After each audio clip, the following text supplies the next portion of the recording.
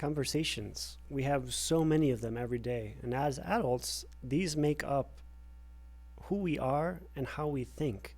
And I think that we have learned over time as adults how to have a good conversation. But that doesn't mean that our kids necessarily know how to or are receiving, especially in the world we're living today, a good formation in how to have good conversations and have good dialogue, respectful dialogue. And so this talk, I'd like to touch on this subject a little bit and maybe give you some thoughts, ideas that can help to have a better conversation in your family life.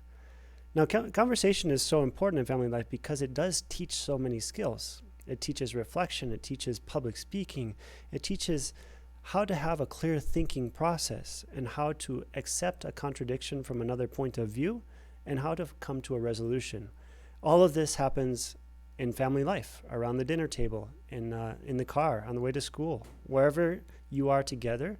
It's good to have these good conversations and to allow space for seeking truth together. I think that maybe is a principle that can guide those conversations. Okay, if I don't know, I'm going to try and help you figure it out. That's something that I apply at the school all the time. If they ask me questions that I'm not ready to answer, I don't know where to go, I say, hey, you know what? Let's look at this together. Let's try and figure this out. What is your point of view? I'll try and listen. Let me tell you what I think initially, and then we'll go and search for the truth together. But it all happens in conversation, and that is something that in our world today is disappearing. All these text messages back and forth over social media platforms is really creating a loss of tone, a loss of emotion, a loss of passion, and I think that that is really affecting how our young people are growing up. And so one way to remedy that is to start having good conversations in your family life. And so I think that there's 3 points here that I'd like to just offer you in order to really help your family to grow in this great habit of having good conversations. The first suggestion is to establish a family time, that we get together, put away electronics, and we talk to each other.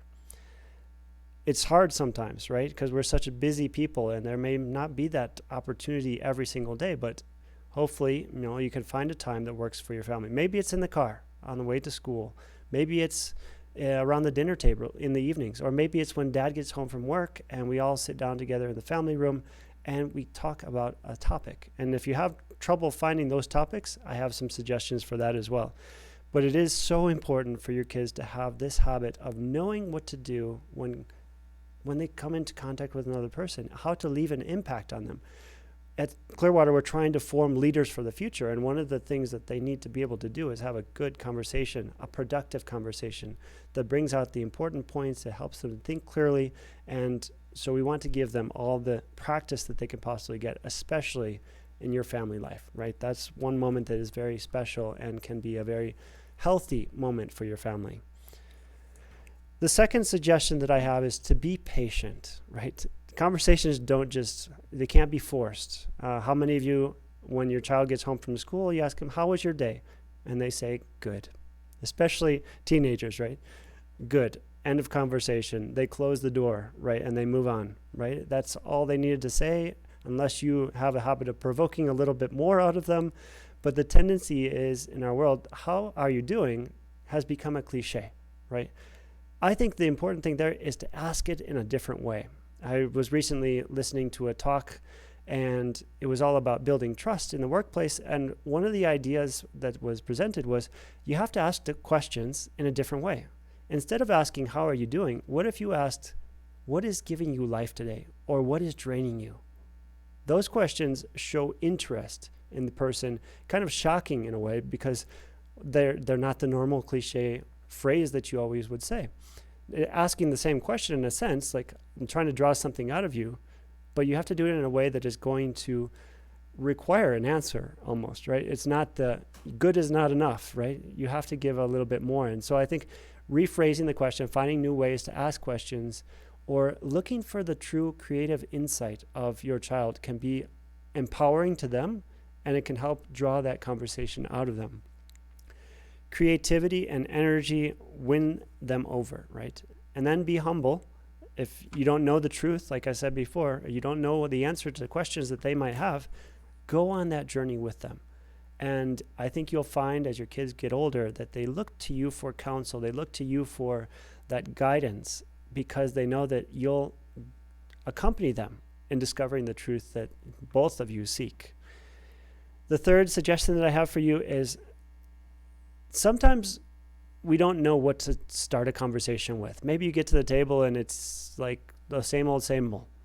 Well, we want to, have some ideas. And so one of the things that I recently discovered, I think it's so great, is to have something that actually gives you some ideas. And so I have a book here. It's called 101 Conversation Starters for Families. And it really has some interesting things. And so you may have a family that says, okay, we always talk about the news, or we talk about politics, or we talk about philosophy or theology questions. I don't know. But this one, to me, it poses some hypothetical questions that just help your kids to be creative. For example, I'm just opening into a random page and it says, when have you ever felt like an outsider, like you weren't part of the group? And just, you start talking about that. Or flip to another one here about trading places. Children, I think the best part about being a grown-up would be this or that, right? And then they just fill in the blank.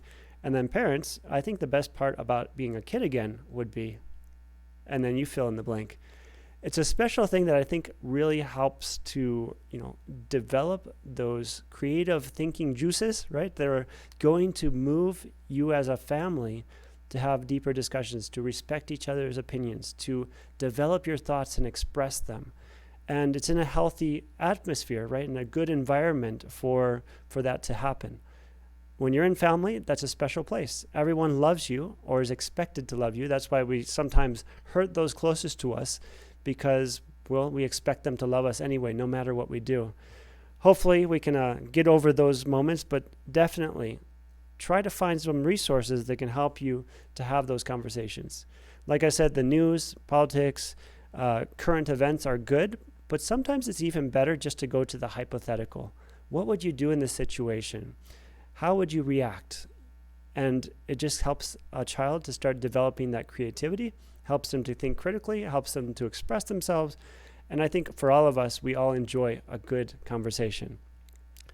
So whatever it is that gets your family talking together, having good discussions, taking electronics and removing them from the space for a moment, to have that moment of family time together when you're developing these habits of conversation, that is what I recommend you do in the next week.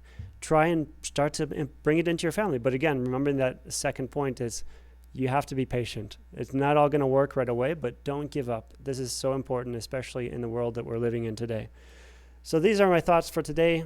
Take these thoughts with you as you go into your week, and I hope that you have a wonderful week ahead.